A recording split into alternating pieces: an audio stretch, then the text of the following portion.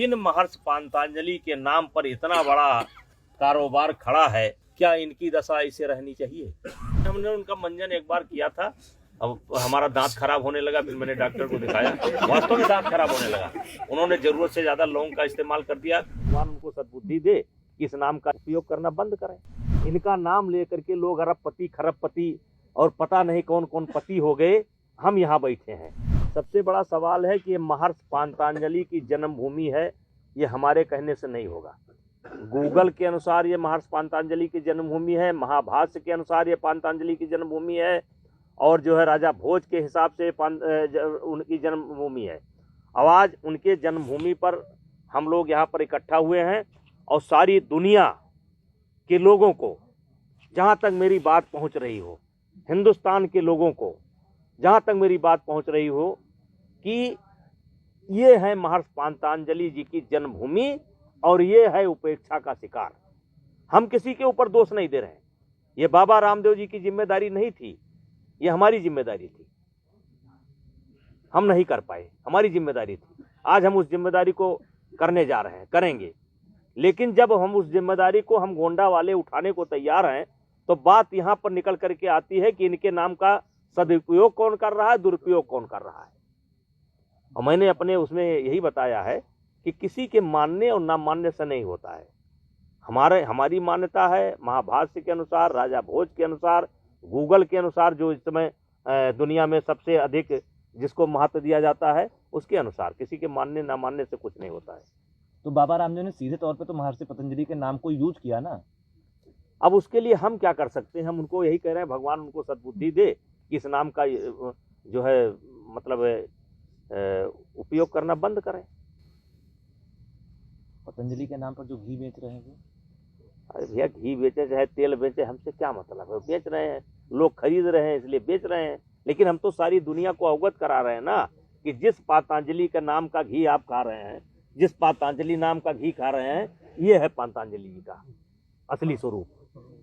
जिसका आप चड्ढी बनियान पहन रहे हैं या जो कुछ भी आप देख रहे हैं, देखिए कि इसकी उपेक्षा क्या है। इनका नाम लेकर के लोग अरबपति खरबपति और पता नहीं कौन कौन पति हो गए। हम यहाँ बैठे हैं, और अभी घूम करके कोण झील भी देख लीजिएगा। और ये खतौनी किसके नाम से है भैया? मंदिर के नाम से। मंदिर का क्या नाम है? देवस्थान के नाम से। अच्छा, हाँ, देवस्थान।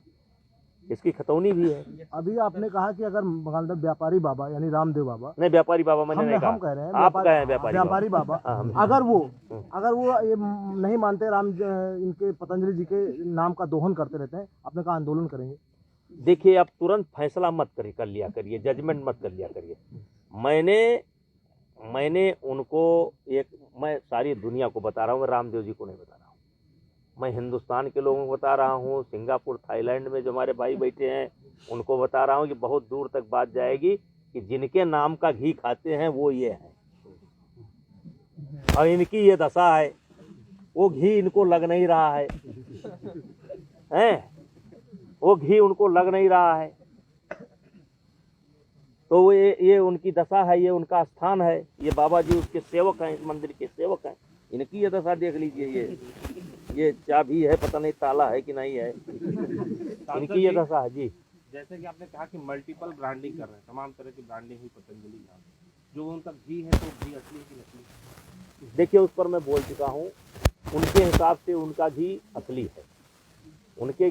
लेकिन प्रश्न उठता है कि 30 किलो दूध में 1 किलो घी बनता है, और 550 रुपये में घी उनका बिकता है। हमारा मानना है कि कहीं ना कहीं ये वो 550 का जो उनका रेट है, किसानों के साथ बहुत बड़ा अत्याचार है। क्योंकि गांव का किसान जब घी निकालता है तो 30 किलो घी में उसको 1 किलो घी मिलता है, और 550 में अगर उसका घी बिकेगा, किसान का घी बिकेगा, तो मेहनत तो छोड़ दिए, उसके पसीने का भी कुछ नहीं आने वाला है।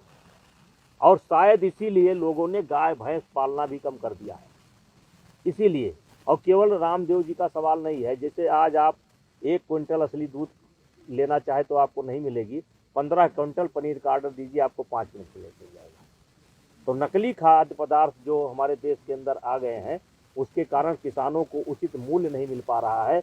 और जब उचित मूल्य नहीं मिल पा रहा है तो गाय और भैंस से उनका मोह भंग हो रहा है और वो छोड़ दे रहे हैं। किसी के नाम का दुरुपयोग करना अपने आप में अपराध ही है, इसके लिए कानून भी है। तो क्या ये माना जाए कि सांसद ब्रजभूषण शरण सिंह जो बाबा महर्षि पतंजलि के नाम का दुरुपयोग किया है, उसके लिए क्या कुछ कानूनी कार्रवाई भी कराएंगे? देखिए, ये विषय बहुत बड़ा है और ये विषय छोटा नहीं है।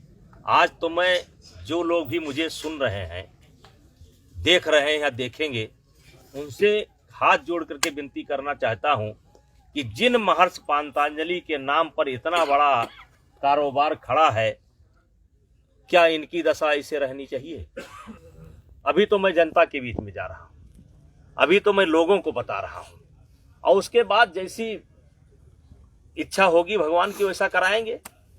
सांसद जी, आप कौन सी कंपनी का घी खाते हैं? कौन सी कंपनी की? हम तो अपना घी खाते हैं, हम गाय रखे हैं, अपने घर का घी खाते साबुन हैं। वगैरह की बात कर रहे हैं, कौन था? नहीं, हम अपने घर का घी खाते हैं और हम जानते हैं कि 30 किलो दूध लगता है एक किलो घी बनाने में। हम अपना घी खाते हैं।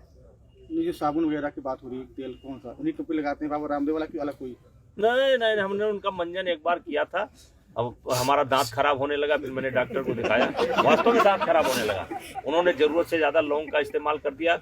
लोगों ने बताया शुरू में अच्छा लगता, मेरा दांत खराब हो गया, मैंने तुरंत, डॉक्टरों ने मना किया, उसके बाद छोड़ दिए।